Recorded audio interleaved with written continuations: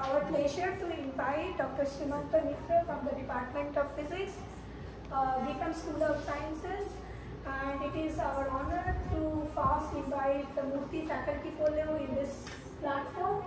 And he did his PhD from Indian Association for Cultivation of Science, Kolkata. Then he did postdoc in several big institutes. Thank you, Dr. Sudeshna, for giving this kind introduction. It's my pleasure to be here. Yesterday only we being reminded by the HOI about that this program is running for some 3 years, and I really only remember it's like last couple of years back when I joined. I had the privilege to give a talk to the faculty seminar when it was restarted. And since then many things have changed. We have seen a lot of new faces who joined, and when I was given this opportunity to speak to this audience, and I find it really interesting. Over the period of time I did a little bit of stuffs on this, and this is currently what I'm trying to do. Is the title of my talk is Engineering Atomic Layers for Quantum Technology. And so before I reach to the actual platform for the talk, this is a disclaimer. And so anytime if you feel like that there is appearing to be some technical data which you would not like to see, please stop me and we'll enjoy the cup of coffee over there. So I'll start with this, the circle of science, the way I look at it. All this starts with this small step is about asking a question, and followed by, okay, great. So then we do some experiments. Either it can be real or it is hypothetical. That means we do it on computers. And we make observations, what is actually happening. We try to understand the phenomena that is happening there, and then we ask the question. So it goes on and on until unless we reach a sustainable development on certain things. So by training, I'm an experimental condensed matter physicist, and the life of an experimental condensed matter physicist lies in these 3 points, where we take something, material per se, and we adjust something on that and perform the experiments according to the needs. We perturb the systems externally and see how it responds. It can be either electrically, or it can be by magnetic field, it can be by electromagnetic field, it can be by temperature, it can be by pressure, it can be several other options are there. So we perturb the system and see how the responses are coming, and then we try to understand the underlying physics of it. So the next part is to underline, since I am a physicist, it's my kind of a job to understand. So as Sudeshna already mentioned, so my life or research career started somewhere in 2013 when I did my PhD from Cultivation of Science. After that I moved to Weizmann, that's in Israel. I came to Singapore for my second postdoc. Ending up in India, I came back to India for a brief stint in the Bose Institute, and then I joined the Indian Institute of Science for a third postdoc before I joined here. So it's kind of almost, so you can see that 2013 to 2022, it's kind of 9 years of journey before I landed up here as a faculty. And so over this period, some fellowships that supported my research in various courses. So now the question comes that why quantum matters are important. So that's entirely thing that I'm working on is based on the quantum materials. The quantum revolution one has started some 120 years back or 130 years back by these eminent people, and many of them So all of them are Nobel laureates if you identify them. So that's Max Planck, Heisenberg, this Schrödinger, Niels Bohr, and Albert Einstein. And they made a significant effort in development of the quantum physics in early 20th century. Then comes this person, Professor Richard Feynman, who actually in the mid 20th century he envisioned certain things that goes to take into account of the quantum physics into various other phenomena. That leads to the next quantum revolution in late 20th century, which we are belonging right now. And the quantum technology is an output of that quantum revolution. And apparently in 21st century, the quantum materials and the devices of it is the heart of this second quantum revolution and the quantum technology. So here is the kind of a circle that is coming into a picture for us to understand that why these quantum materials are kind of important. So quantum materials are the materials that matters. So now question is, everything is quantum. All you have to look and how you are looking at it. So let me explain on that. So whatever you are thinking of any material per se, everything is made up of atoms, and every atom is made up of electrons and other fundamental particles. And how they are behaving is essentially the matter, how these matters are responding to external situations.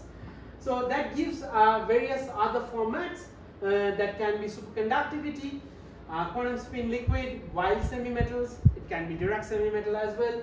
There will be topological insulators, which are not literally insulator, but they are insulator in bulk, but they can conduct the current through the edges.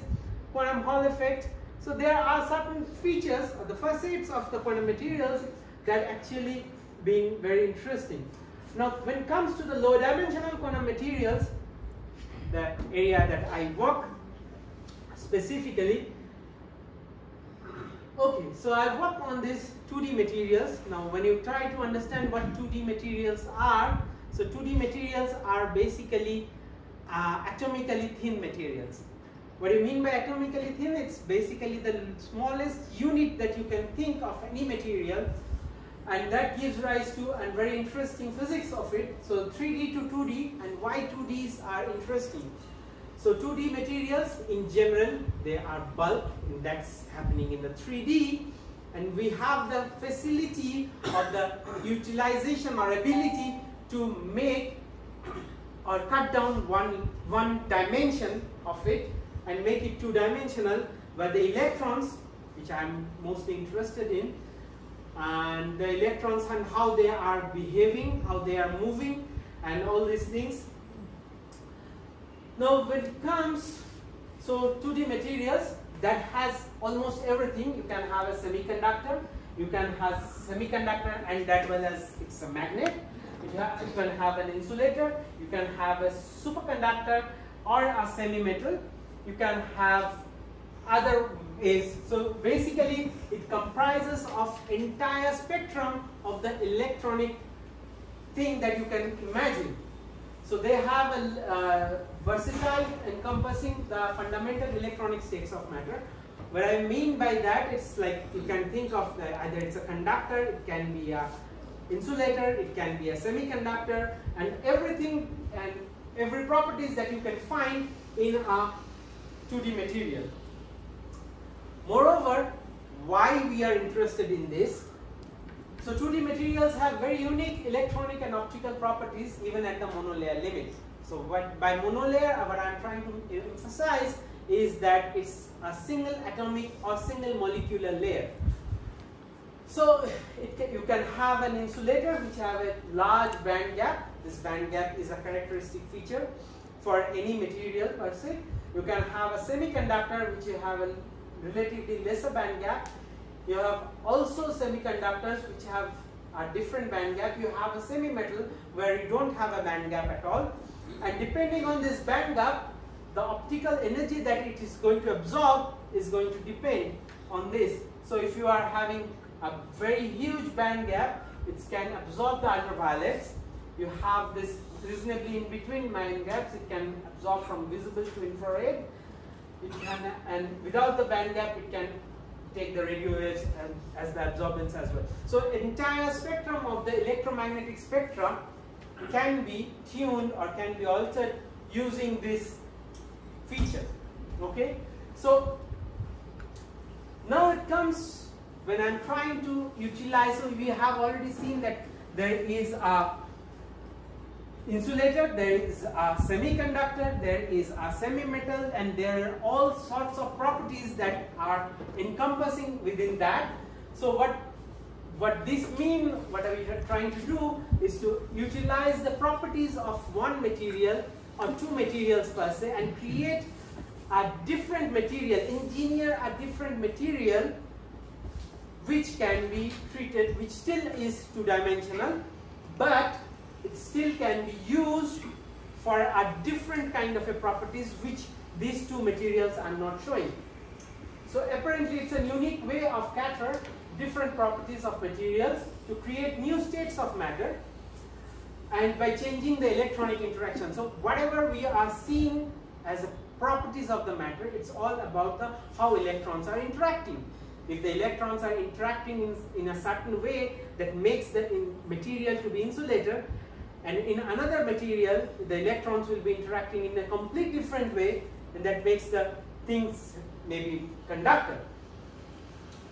So that's very simple strategy that we used to take, and that is roughly 10 years old strategy now. So there are several two-dimensional materials which you can envision as the Lego blocks. Those who have like kids back home can easily identify this. So you have the Lego blocks, and just like the plastic Lego blocks, we can create a structure. We are creating this structure based on the atomics. So we are talking about the atomic Lego instead of the bulk plastic Lego you can imagine right now. Okay. So now another way that has appeared very recently is if we make two materials having certain structure and we rotate each other, then you can see a specific pattern is being generated inside, which is different from this and this. So if you imagine all these corners of these small hexagons are going to have one atom there, and then the atom to atom distance that is going to be determining the properties of this material. You imagine that one particular one, and now here you are creating a very nice beautiful pattern which you call a Moire pattern, and in this Moire pattern you can have that sort of a supercell which is far in the distance. So if you have a distance larger than in the reciprocal space, this is for my physicist friends, for the reciprocal space you will be creating things at a smaller dimension, right? It's like 1 by or 2 pi by that length.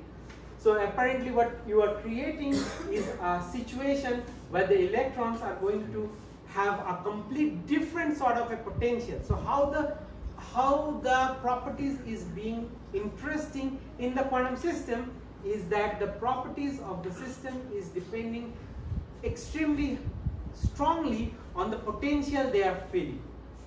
If it is a free particle, you are not necessarily going to consider it to be a quantum. So, but if you are confined it to move in certain situation, then the quantum mechanical nature of that thing is going to be predominant, and it's going to be appearing and giving rise to several interesting phenomena.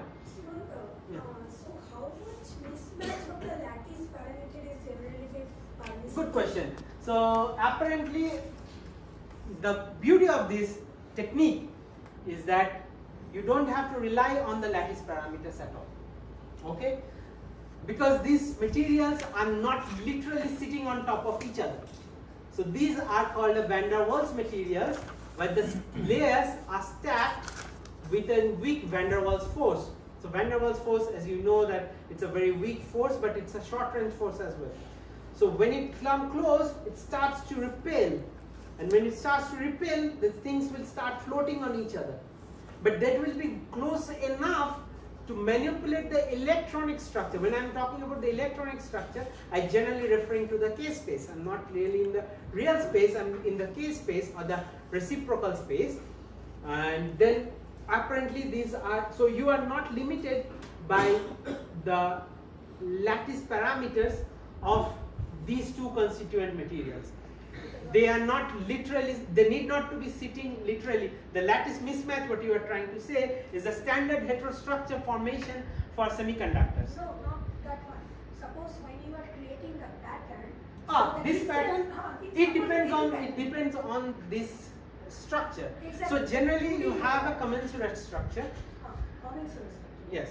So you have a commensurate structure. You can take two same materials and rotate it. Let's say you take two graphene, which is a hexagon of this, and you can rotate it by 1.1 degree and you create this Moira pattern. It can be true to other 2D materials as well, but just to show you that this is a pictorial way of looking at it. It's need not to be a real material, but I think it can be treated as the graphene. Okay, this also has the hexagonal symmetry. So 2D quantum materials and LEGO devices. Now what is the scope of this? Why we are interested? Why we are so interested about studying and discovering this particular systems? So fundamentals. So the anisotropy of the electronic structure is going to give a very interesting physics for this system. So we can have that opportunity to understand the anisotropy of the electronic structure. The dependence on the number of layers. So how many numbers of layers you are actually stacking, you can create a lot more interesting physics here as well. You have that degrees of freedom of twist angle, which can create this Moira pattern and create a lot very interesting physics out of it. Now once you understand and tune these novel phases, what you can do is you can create diverse kind of devices for future applications. One of them can be the electronics device application, where you can devise memory devices, you can make neuromorphic devices that will mimic the brain functions artificially, synapses and all these things that might excite my biology friends over there.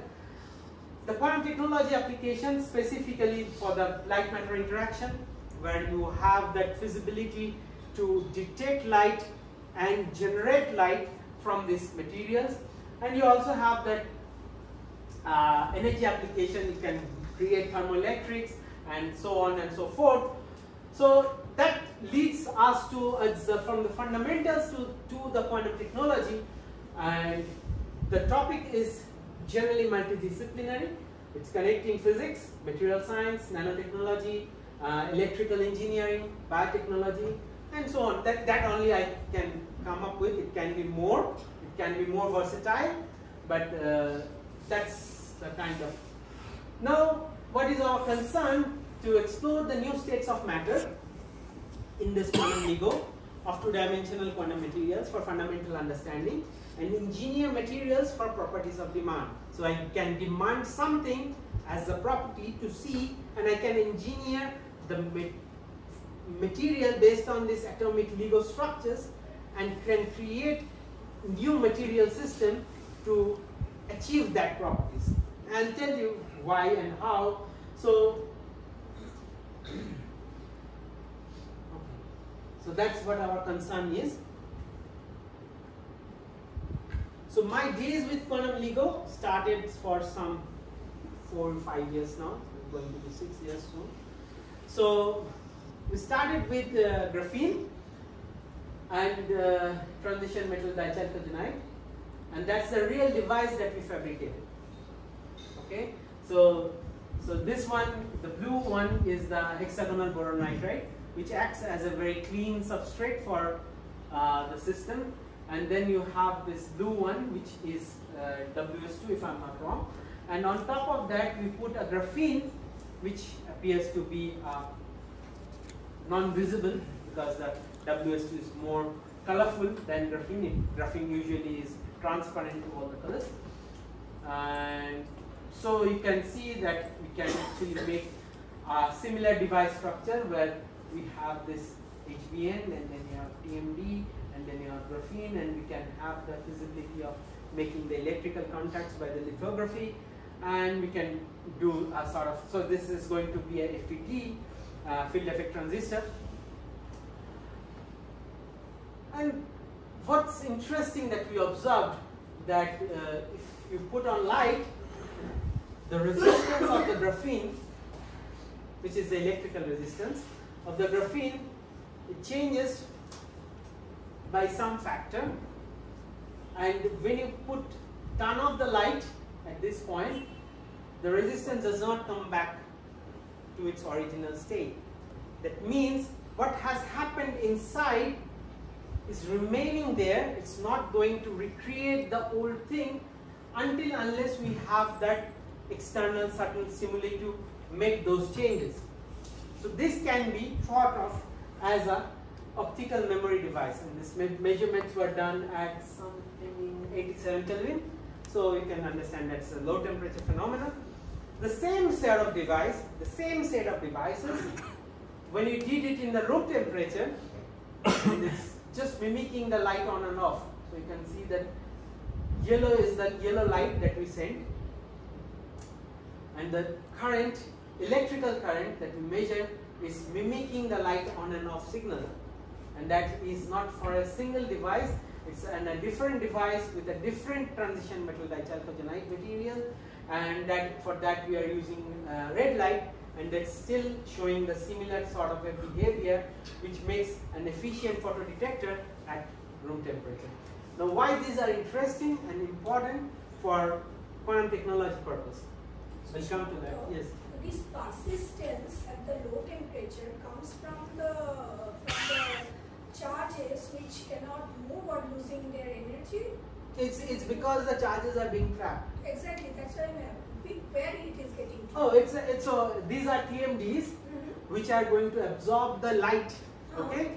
So once the TMD is absorbing the light, it will create the excitons, and then the excitons. TMD? Transition metal dichalcogenide.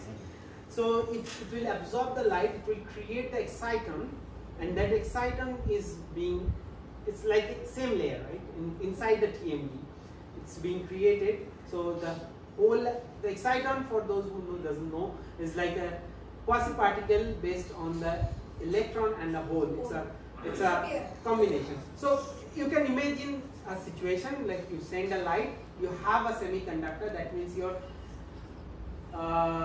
valence band is filled with electrons. Now you give that enough energy, which is equivalent to the energy of the band gap. The electron is going to absorb that energy, and it jumps to the next available level, that is in the conduction band. But what it happens that it leaves behind a hole back there in the valence band, and then because of the Coulombic interaction between these charged particles, they form a quasi-particle which we call an exciton, and that exciton is going to defend, and that going to give a lot many interesting things. Now coming up to your question, so if these materials are inherently defective, so they have the low-lying defects in the system, and they can trap those charges. The holes, basically they are trapped, and apparently, so what happens here, then you have a heterostructure, you have a graphene on top, and you have a transition metal dichalcogenide in the bottom. Okay, and now when you apply light from the top, so the light apparently is the material graphene is transparent to light, so it will pass all the light to the transition metal dichalcogenide, which is in return going to absorb the light, creating these excitons, and then it makes that transition. Now what happens is that the excitons moves, and then you have the electrons. Now you have the inbuilt electric field that is being generated inside the system, which pushes that electron towards the graphene, because you have a contact, electrical contact there on the graphene, which actually pull those charges. Okay, it's very, I mean, I don't know, it makes sense to the general public. So, but what is the typical time period of that persistence current? This will run for 100 hours. Oh, that's what I'm the only thing that you can do is to take it back, is to give the gate voltage.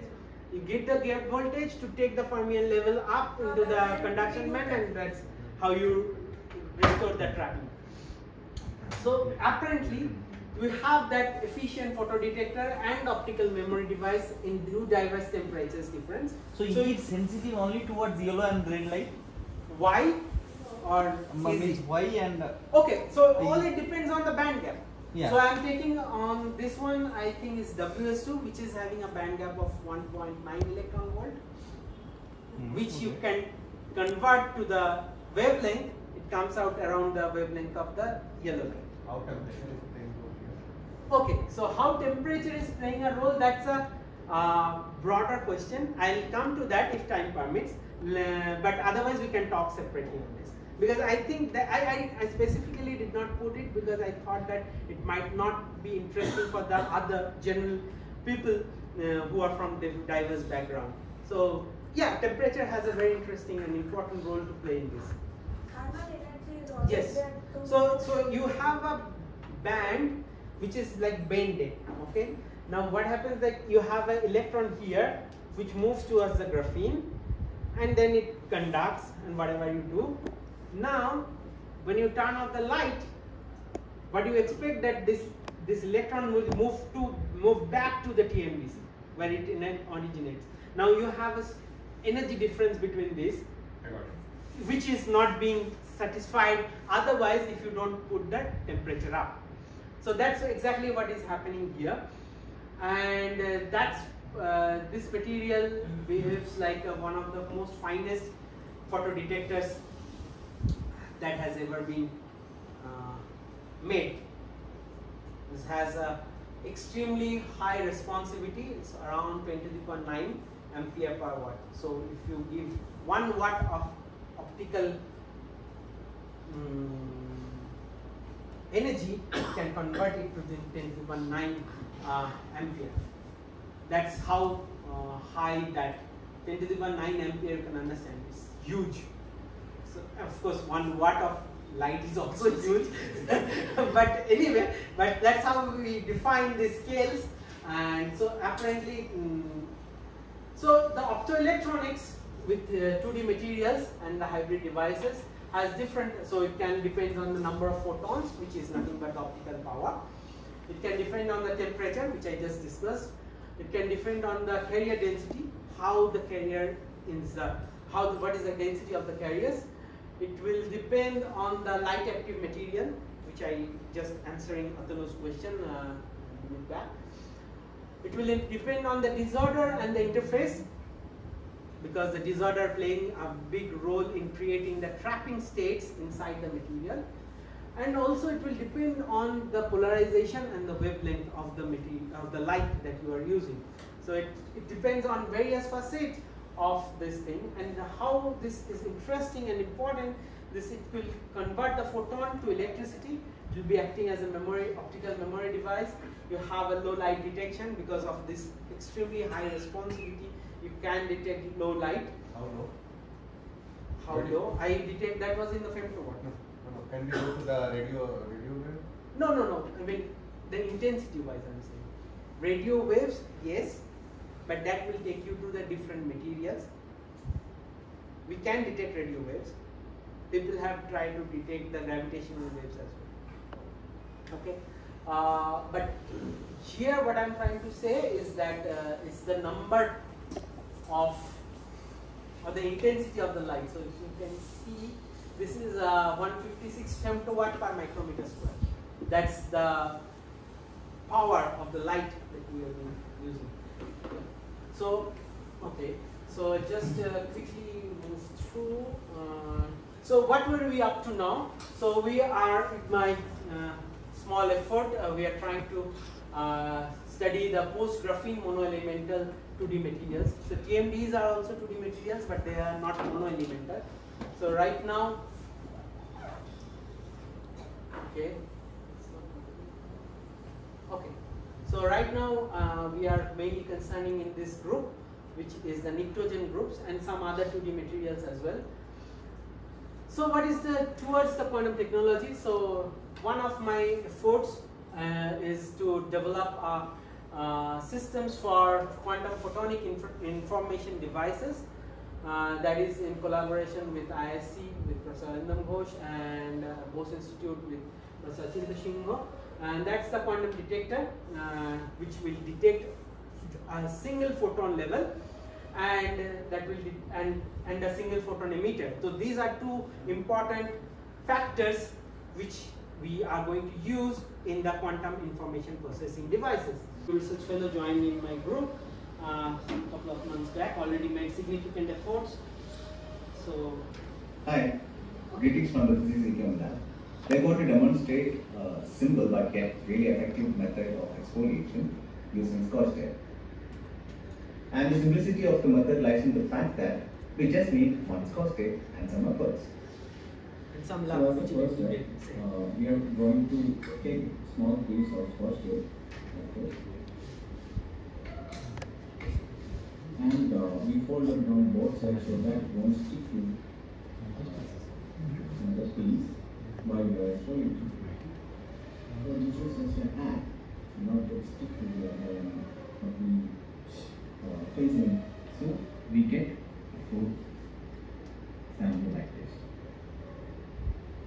Now we take another piece of the tape like this and continue the process. Further, take off again, like this, and we continue the process until it shows barely nothing, like this. Now, as the next step, we transfer this onto a substrate. Probably we are using silicon wafer, or we can use PDMS, or even some glass or bronze case. So this is our silicon wafer, and I'm going to transfer a sample on the Scotch tape onto the paper. I will get stick on the wafer like this. And press a little to effectively transfer material onto the substrate, and then gently peel the tape off. And here is the flakes that we observed on the microscope. I hope you got a glimpse of how we are trying to create these 2D materials. Now there is another stuff that I have talked about is this. So just this video as well. So basically that's the setup. There is no audio here. So that's the instrument which we use to create the heterostructure.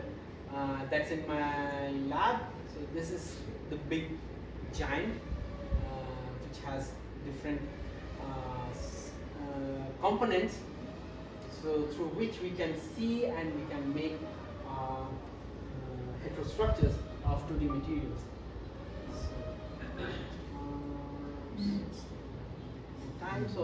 So you have the PDMS, which you perhaps won't see here, and then you have the polycarbonate and the glass slide, and through which, so we can have the wafer out here, which is vacuum molded, and that silicon wafer is containing the flakes which Sachi has just transferred, and then you have the PDMS lead, and then that's the image, the closest possible they can take through the mobile camera, if I'm not wrong, right?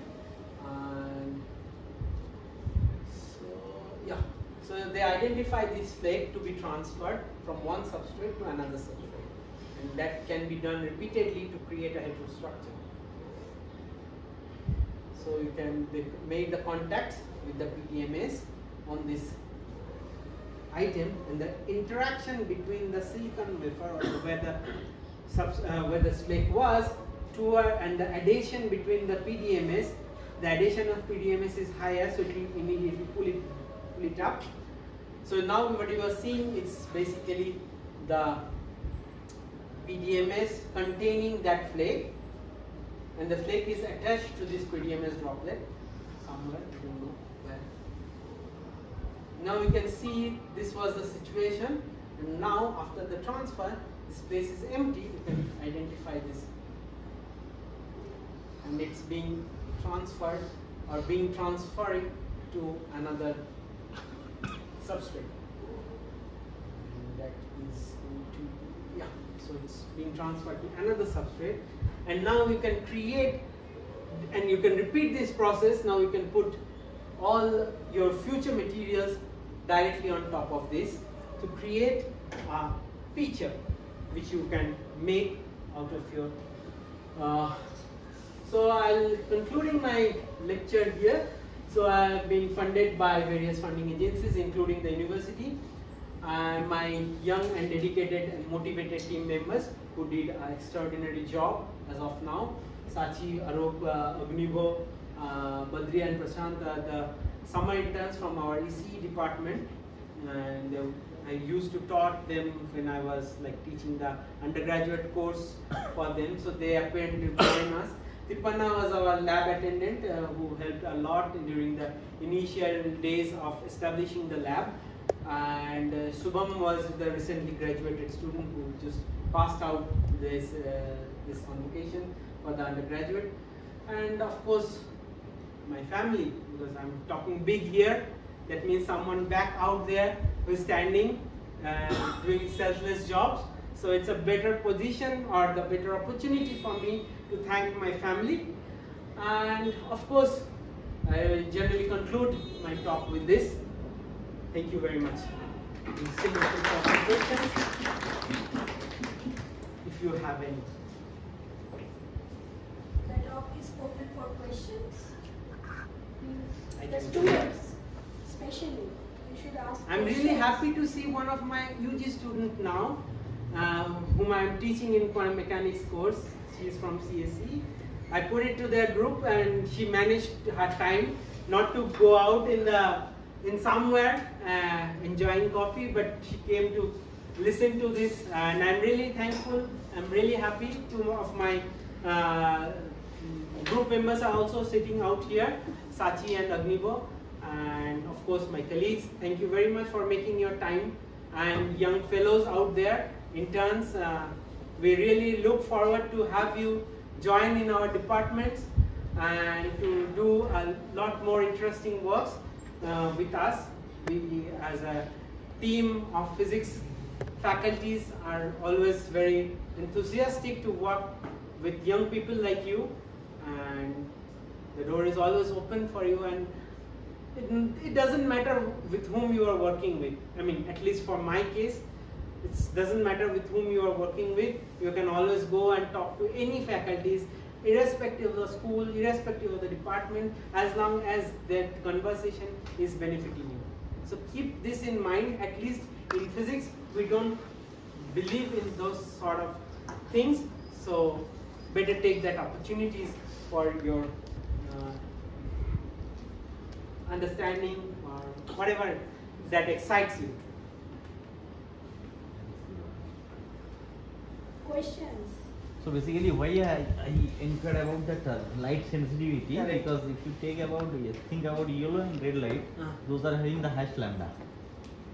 Highest lambda Means energy in the visible light region, 400 to 800. If you think about red. okay, red and yellow, those are having the highest lambda value. So basically, the energy required is less. So basically, if you start from the let's say deep gear, violet, indigo, all those things, then it will be too fast because it will generate generally high energy. So you cannot trap it. You cannot trap the exciton basically. No, excitons are being created in the material, right? So what you are trying to say is that you can talk about the exciton dynamics, yes, if you are talking about that. But anyway, this trapping is going to dependent on the energetics of the material, not about the light. Light is providing the energy for the electrons to jump from one state to another state. Okay, so once the electron from here reaches to the next available state, based on the energy that you are providing, so apparently you are ending up with a hole here, and this will create the exciton. If that is too fast, this electron and hole, that generation is too fast, then it won't transfer to the other material. Correct, I agree. Yeah. But again, the point is that even with this, we can design a material for a. So what you are trying to say that it goes up and down, but that again depends on that energetics of the material. It doesn't have the dependence of the energetics of the light. Because what you are seeing in the last one, if you remember, if you want me to go Also, back. Do you see the same thing for molybdenum and tungsten as well? Because they are in the same group, same row, I mean. MOS2 and WS2. Yeah, exactly. The red one is MOSC2. Also depends on the response time of the device. Correct. You remember the Red one is response for time. MOSC2 or red one is for WSC2? No, MOSC. Red one is MOSC2, yellow one was WS2, and I don't have WSC2 data here, but that can be done as well. Yes, that's true actually. Because yellow one is having the lowest energy compared to red. Correct. So around 700. So 700, 680, 580. So it will, and if you come down the group, chromium, molybdenum, tungsten, the energy gap increases. So that will matches. Yeah. I got my answer. What is the typical intensity you take of the diode? That you can vary. So the point here is that I'm still audible, right? Okay. The point here is that you can. What is the question about? The flux. Like Okay. Yes. So that's the number of photons. You are saying. So number of photons. If you increase the number of photons, that will significantly affect the response time of the system. If you are sending very low number of photons to the system, the response time, that the photon to electricity conversion, it will take a longer time. I want to sense the sensitivity. On one hand, you are talking about single photon detector. And on the other hand, I mean, as a material, I am expecting a lot of fluxes to response, to response.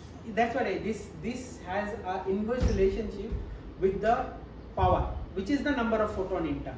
Okay, so if I don't have the data here, but I mean I can talk to you separately on this. So apparently you have a. Do you have a pen? It's okay. We can I have a lot of questions, but Okay. Yes. No, that not sort pen, of- Nancy. Marker you need. Marker. So what I'm trying to say, power and the responsibility. So if I say power and the responsibility, it has a linear relationship. It's law. Law. also have some relationship with wavelength. So if you are having low power, your responsibility will be increasing significantly, and it reaches to somewhere around 10 to 9 ampere per watt. And this is different to watt per micrometer.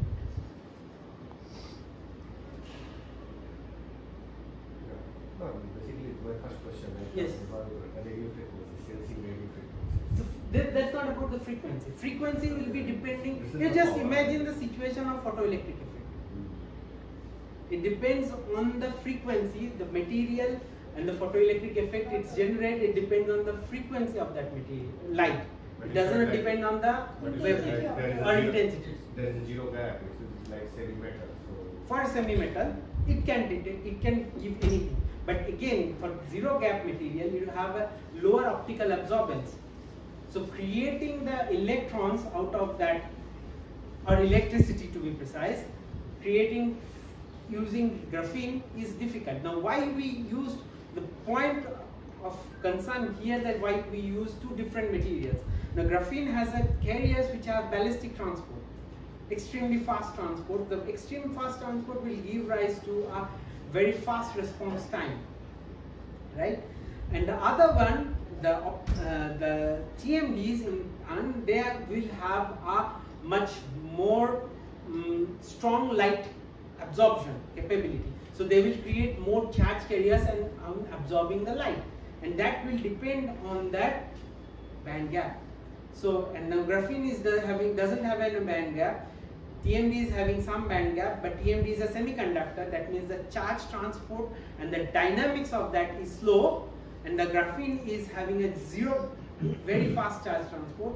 So we are combining these two and create a new material which appears to take into account the properties of light matter interaction in DMDC and the fast charge transport in graphene, and utilize them to create a photodetector which can be used on diverse aspects.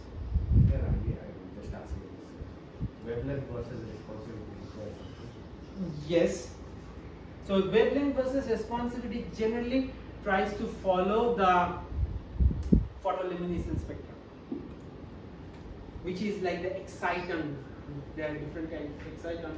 So if you have that wavelength and then you have a count, right, EL, and say you have some TL, right, and then you have that again on the other side you are measuring the responsivity, which is like the electrical signal, where you follow a similar trend exactly at the same time, because this are anyway is an outcome of the exciton physics that we are thinking. And also I want to add that if you shine it with a high intensity light, there is a huge amount of heat locally generated. So that give a huge persistent effect. So it's not easy to make. No, I mean I didn't give huge amount of light energy. No, but your device area is small. It's a femtosecond per micrometer square. Correct. So as the area becomes smaller and smaller, your energy per unit area increases. Correct. So that gives a huge amount of local heating. That generally gives a huge persistent effect. And not only that, it will make the responsivity low. Like it will make it like the logarithmic or exponential right or exponential decay. Correct. Sir, does the angular crystal that we are making on heterostructures have any effect on the photoresponse feedback? Sorry, come again? The twist angle you made on this for the heterostructures, does it have any effect on the photoresponse feedback? Like You are here to measure. Do it. It will. Are we on that? We are on that. Okay, fine. We will be doing it at some point of time. The moment you standardize this exfoliation. Okay. Any other questions? Just Getting a lot of completely going off topic here from the biology perspective. You said something about storage regarding neurological devices or some kind of storage that you want to do with this. no neuromorphic devices. Neuromorphic devices. Correct. Can you elaborate on that? So neuromorphic devices is something that you artificially create the synapses. I don't know much biology. I only know these terms. I do not know quantum physics. So you have a synapses which you are, that is our neurons, right? So you have a communication between two. So I can imagine this in the neuromorphic devices. So there are two types of calculations that our brain usually does. I mean, I'm not able to explain it to you, but what I understand is like one is like mathematical calculations, which computers does better than us. But you have some emotional calculations, which computers yet to reach to that level. But the point is that essentially how this data is being transmitted and how fast this plasticity, like, if I'm not wrong, that there's something called plasticity in the neurons, right? So that is going to be, we are trying to mimic that sort of a functionality using the materials. Okay. That's what I'm trying to say. So I was confused if this So is it's all about processing the information. It's like an in vitro system to analyze how the brain functions.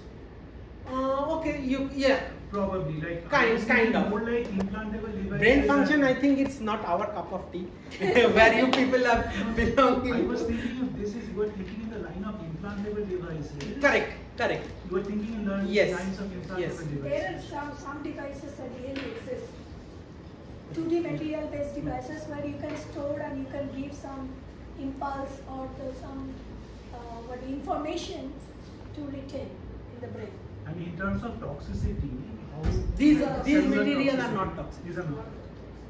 But some sulfur is containing materials are little toxic. Sulfur No, and these are toxic. Yeah, as long as I you mean, are using. to don't chemists use- and biologists, everything is toxic, right? Yeah. Except our body. As long as you are using metal, something. sulfur is I mean, to my understanding of toxicity, No, it's that's not fine. toxic. No, But to your understanding, of course, it No, is. no, that's fine. Anything chemical is toxic. Yeah, exactly. Even the dolo we take, that is also toxic to us. okay. Okay, thank you very much for coming.